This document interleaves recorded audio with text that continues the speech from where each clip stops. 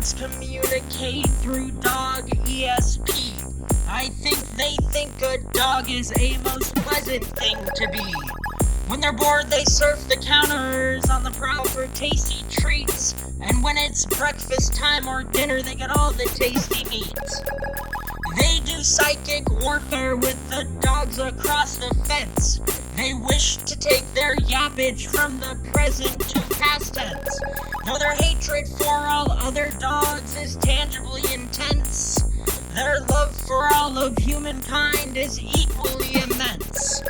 They wag their tails and slobber as they bark cacophonies, and a happy dog's a lively way to break monotonies. They spend their lives a-doing and a-being as they please. They sneak their way into my bed at night with practiced ease. And furthermore, I won't be surprised if one day I wake with fleas.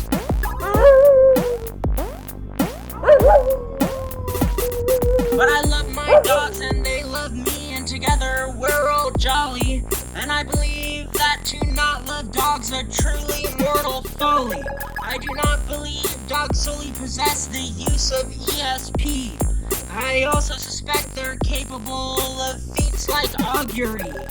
I picture Fitz as he sits himself before his crystal ball and prays the future shows us what he thinks will doom us all. A flattened ball, a flattened ball, a flattened ball, a flattened ball, and this is how that dog believes society will fall.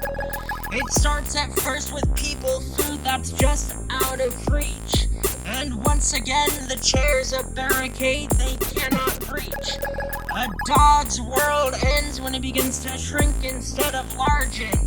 And when they try to speak out against being pushed into the margins, their belfo pleas are only received duly as dog jargon.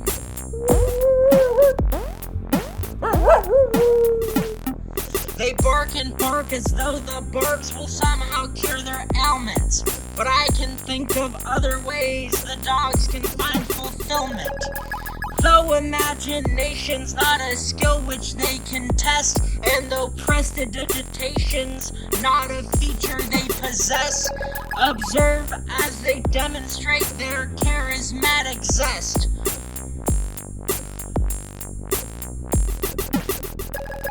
The various goops and goos which they bestow upon their homes, the delightful shopping cartish ways in which they like to roam, the wagging tails and licking tongues they bless their owners with, this proves beyond a doubt that dog boredom is just a myth. See, dogs can still find meaning in a smaller world, truly. They simply need to find a way to occupy it fully. They simply need to find a way to occupy it fully. They simply need to find a way to occupy it fully.